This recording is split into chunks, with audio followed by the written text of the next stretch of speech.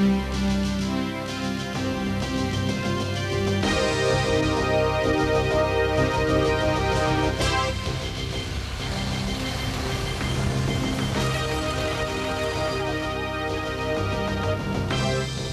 knew we were starting a whole new basic training company. After the few days we spent at the reception battalion, we thought we knew all there was to know about the Army. But we quickly realized how wrong we were. The drill sergeants really kept us in line while we collected our bags, and we knew for sure who was in charge. The next 8 weeks of training was going to be tough, but with the help of our buddies, we knew we'd make it through to graduation. The company area was going to be our whole world for the next 2 months.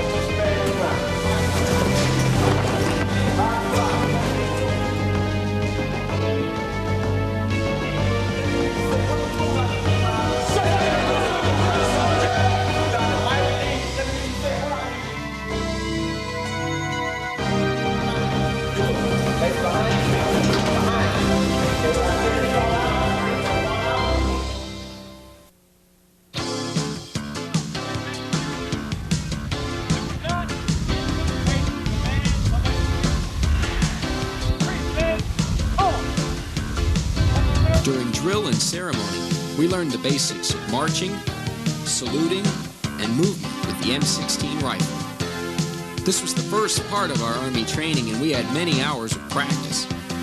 We could do right face and left face without even thinking. Learning the rifle movements was more difficult than marching. We practiced column right, column left, and counter columns. We thought we would never make a mistake again.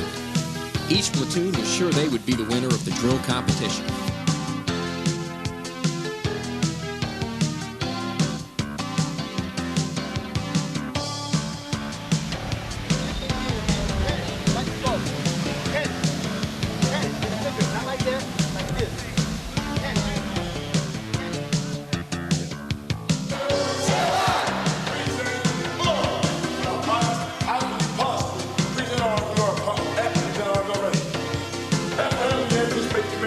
Back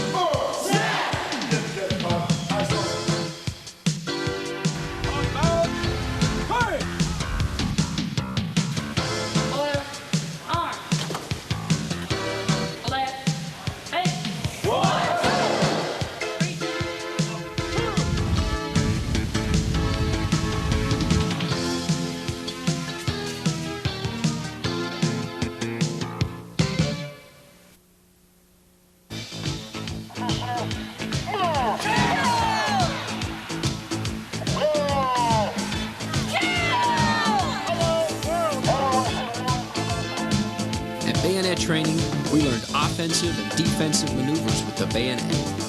We had to think of the tire dummies as our enemy as we practiced our moves. Thrust, butt stroke, slash, stab, and withdraw was the sequence of moves we needed to remember when working with the bayonet.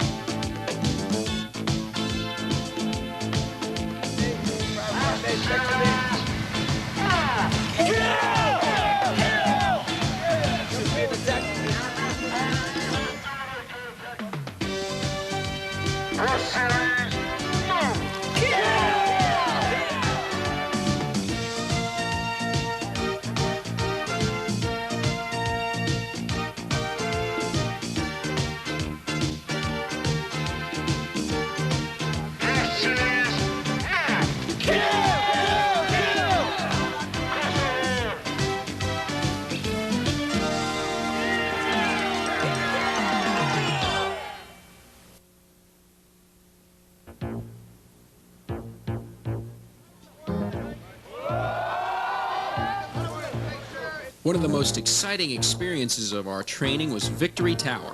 25 feet above the ground, we had to negotiate up a 3-rope bridge, slide down a 1-rope bridge, and climb up again on a 2-rope bridge.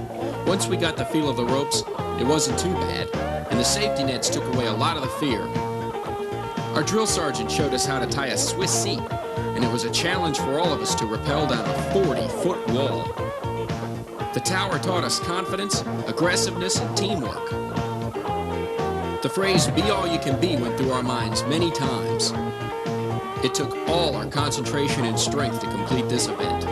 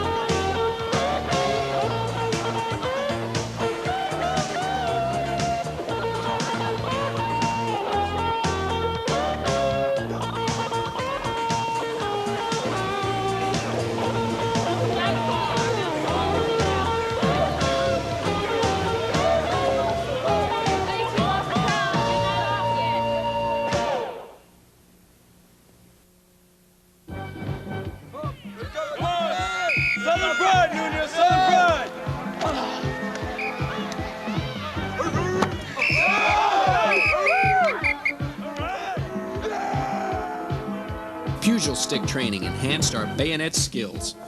We used the Pugil stick as if it were a bayonet on a rifle. It was a good thing the drill sergeants were around to referee the matches because we actually had to hit our opponents. We had a chance to let go of our frustrations during this part of training, but we didn't hold any grudges against our partners.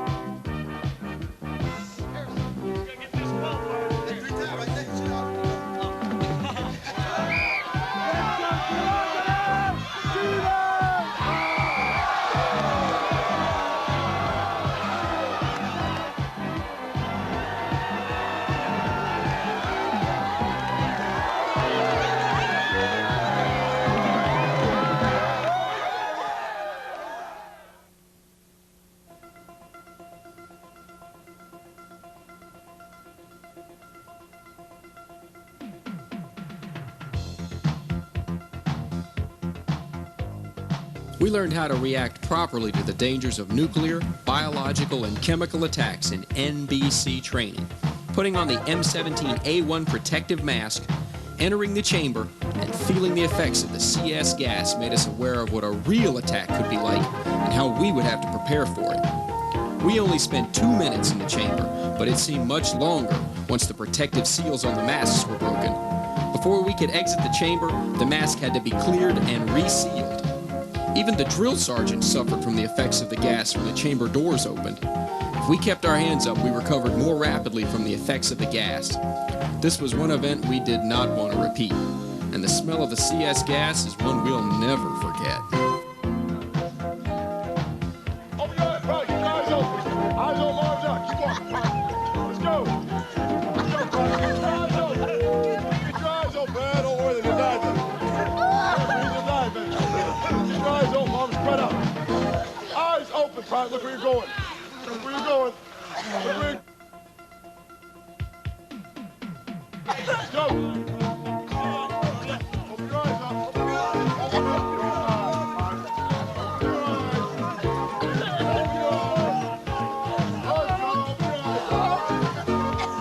Watch out for sandbags. Open your eyes.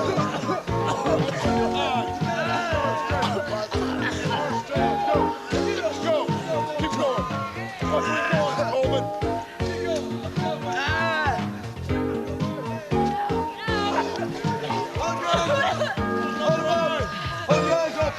Hold your eyes open.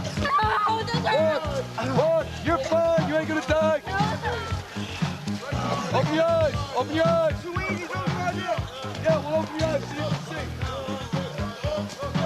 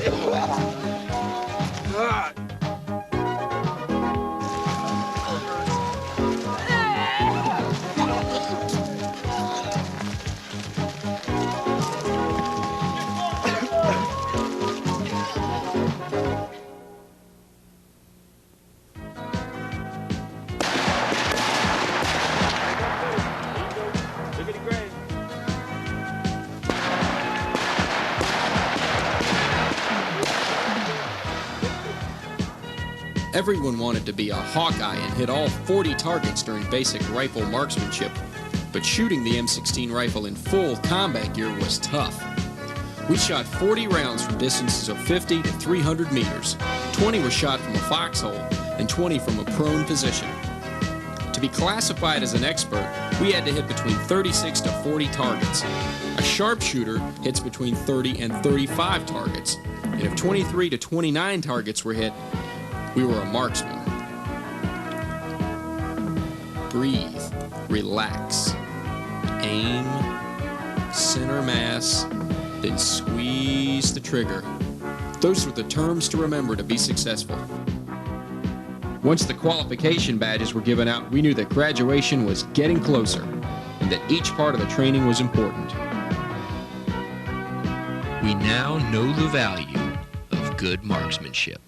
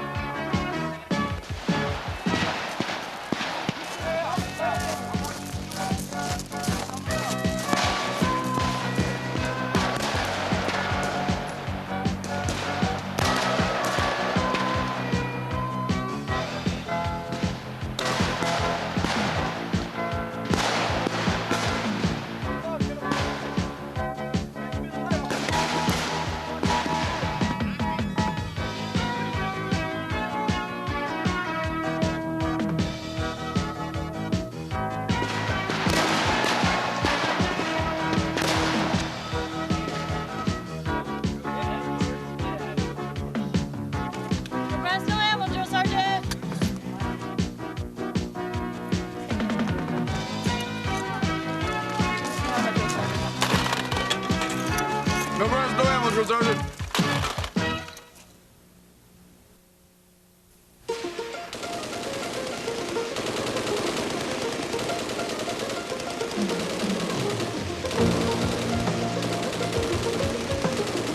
The night infiltration course was spectacular.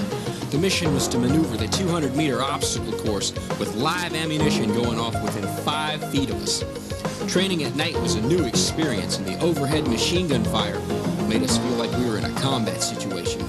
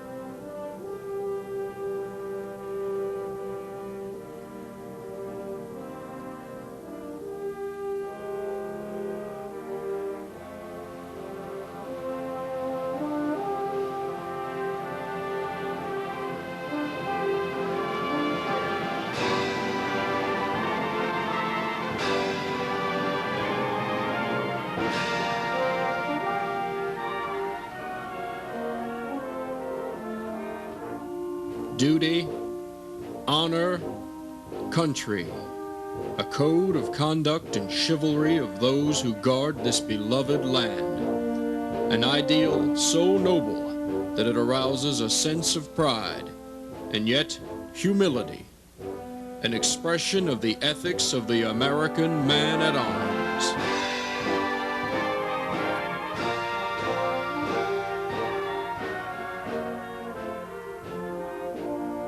Duty, honor, country. Those three words build courage when courage seems to fail. Regain faith when there seems to be little cause for faith. Create hope when hope seems forlorn. The American man-at-arms, above all other people, prays for peace. For he must suffer and bear the deepest wounds and scars of war.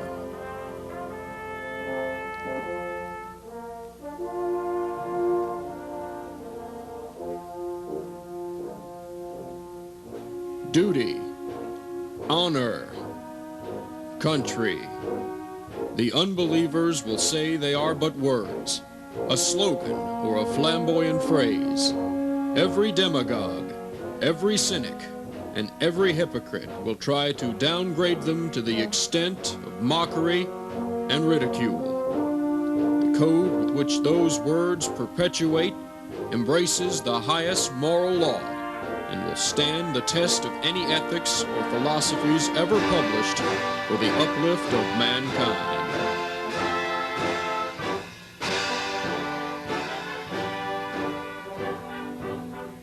Around 1,000 campfires, on 100 battlefields, listening for the witching melody of faint bugles blowing revelry.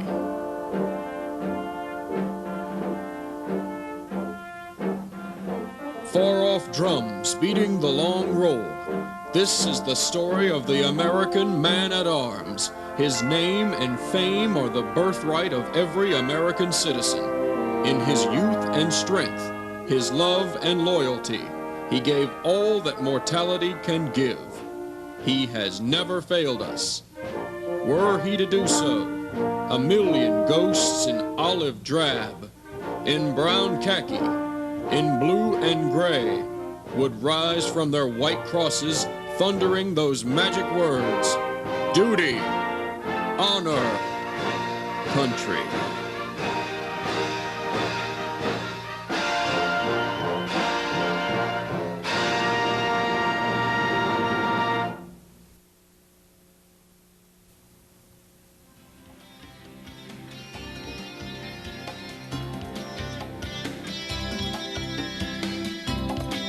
Videorama is part of the Morale, Welfare, and Recreation Division of Fort Jackson. All revenues received from this project and other MWR activities go toward improving the quality of life for all the soldiers at Fort Jackson and toward providing a community of excellence.